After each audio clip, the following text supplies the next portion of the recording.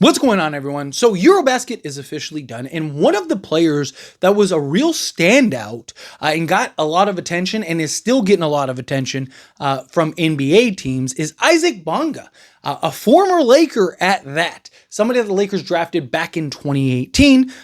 He had a stint with the Lakers one season. Wasn't super memorable. He was 19 years old. He only played 5.5 minutes per game in 22 games.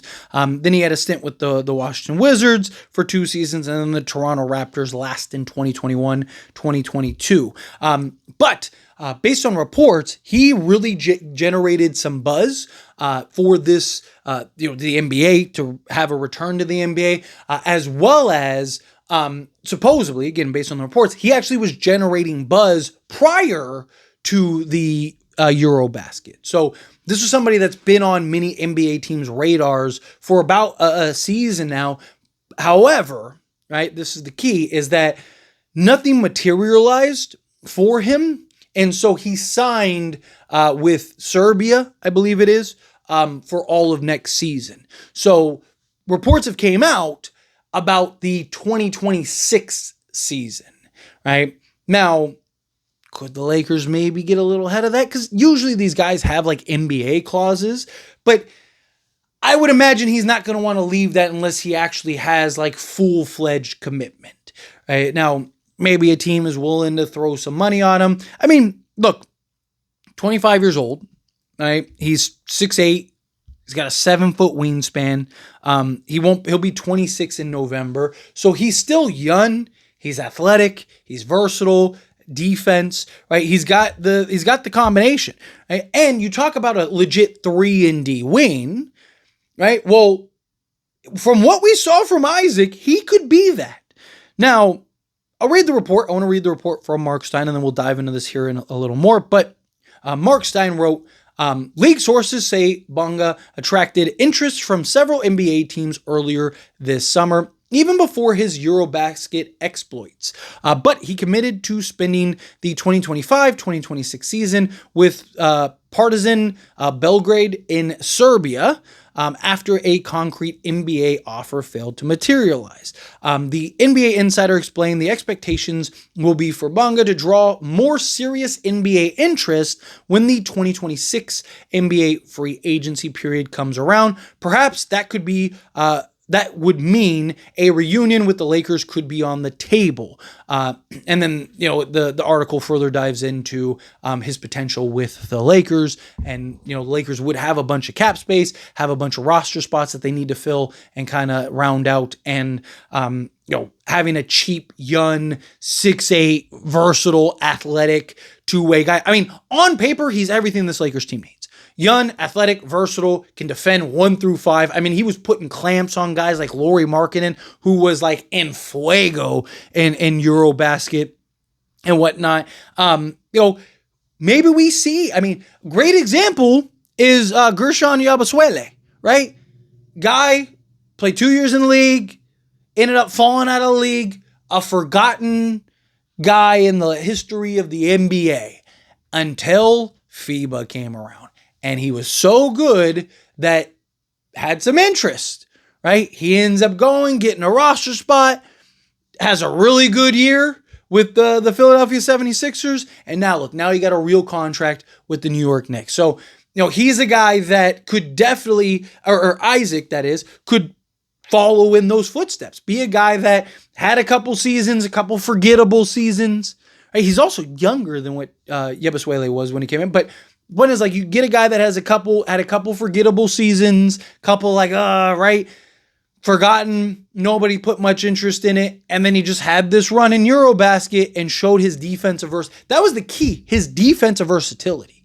He was incredible defensively. He could be a lob threat. He's got the size, the length. You saw him in at either forward spot for you. But the big question is the three-point shooting, right? Because yes, the Lakers need 3-and-D wings. They need the defense.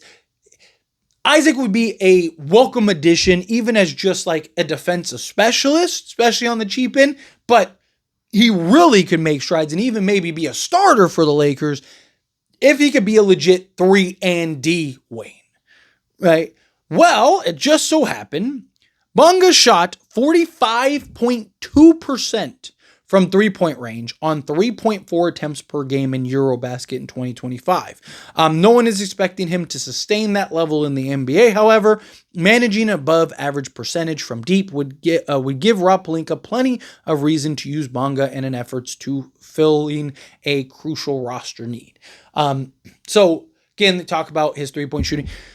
I don't think anyone expects him to shoot 45% from three-point range, but like, could he be like 36%? Let's say he drops 10%, right? Like, he's around league average. If he can give you the high-end level of defense while being league average from three-point shooting, right? Like, that could be game-changing for the Lakers, right? Like, thing is like the Lakers don't have a way to sign him right now. Now, obviously, that could change. Like, the Andrew Wiggins trade right now.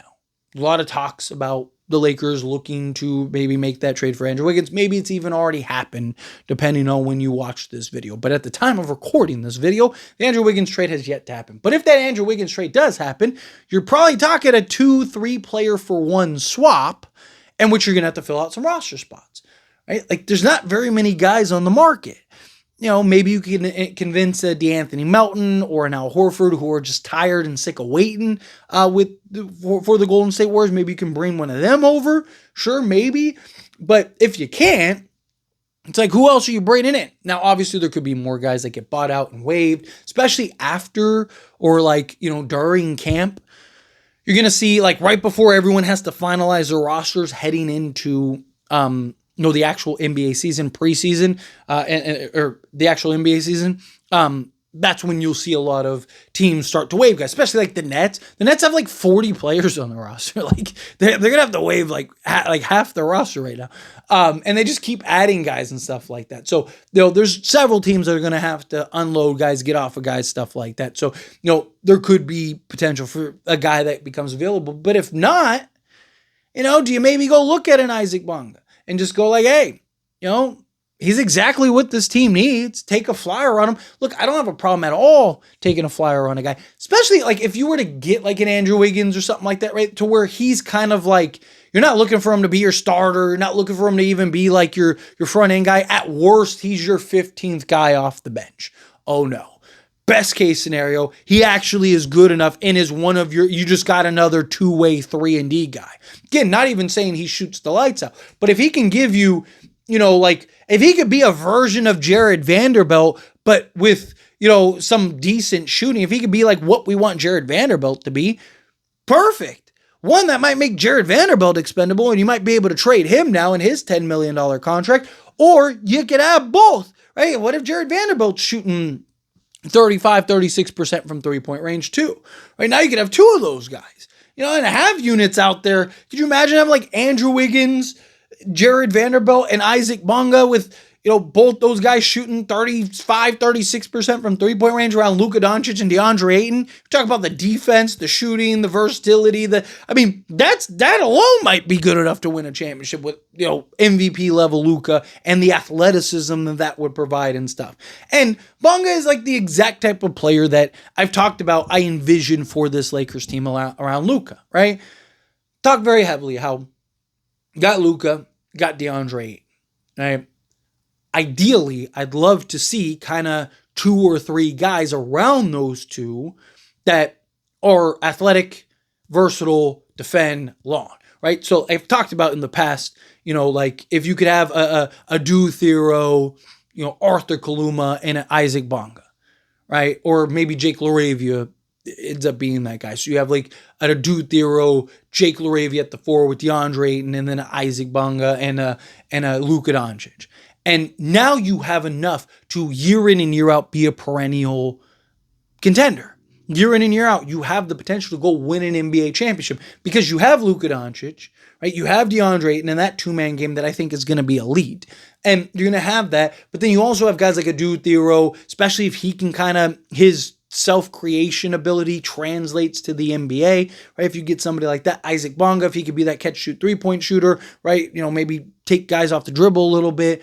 Jake LaRavia, if he can kind of evolve and have an offensive game, he's looking like a guy that can self-create, score the basketball, put the ball on the deck and do things. You might have something where it's like, okay, you got, some self-creation, you got some shot making, some, catch and shoot, 3-point shooting, but you have the athleticism, you have the defense, you have 3 guys that can fight through screens and fight over the top and mask now Luka Doncic.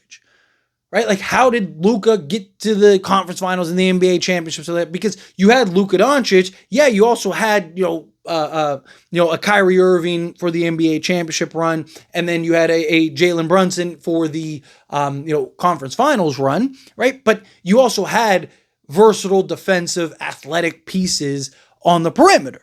You had guys that could defend and mask the lack of defense. And then you had that athletic, versatile defensive center, right? So if the Lakers can go and get kind of those defensive wings, and then if DeAndre Ayton can kind of buy in on the defensive side, which he's talked about himself, like how he wants to be more a better shot blocker, a better rim protector, things like that. If he's serious about that and he really buys into that, now you have that kind of, now you just have that complementary roster that can really year in and year out take you over the top. Sprinkle in some depth, sprinkle in some, more athleticism, some more shot creation, some more catch and shoot 3-point shooting, some, more defense. But if your main 5, if kind of your core guys can be that athletic, versatile guys, and you find guys like Bonga, you're going to have to find those diamonds in the rough.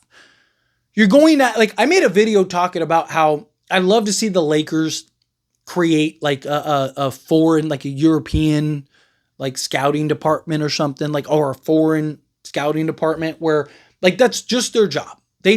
Their job is to just scour the earth, finding these guys, right, in other leagues and stuff like that, finding that guy. Like, could you find an Issac Bonga before he actually started this emergence, right, to where now you have him under contract, stuff like that, and he's the exact type of player that this Lakers team needs, and it's like, man, he'd be great to bring in right now, but like, you can't, because he's already signed elsewhere, and it's like, you got a full roster spot, and it's like, he's a guy that could have maybe made some sense for some Lakers, and you could have taken a flyer on and just seen, like, what does he provide? Right? How good is he? Maybe he's terrible. Right? Maybe, because again, there's a lot of guys that look great in EuroBasket and look great in FIBA, but don't translate. There's a lot of, Dennis Schroeder, and not that he was terrible in the NBA. He's a good player, right? He's a really good player, but he's not like, dude, he's Michael Jordan in FIBA.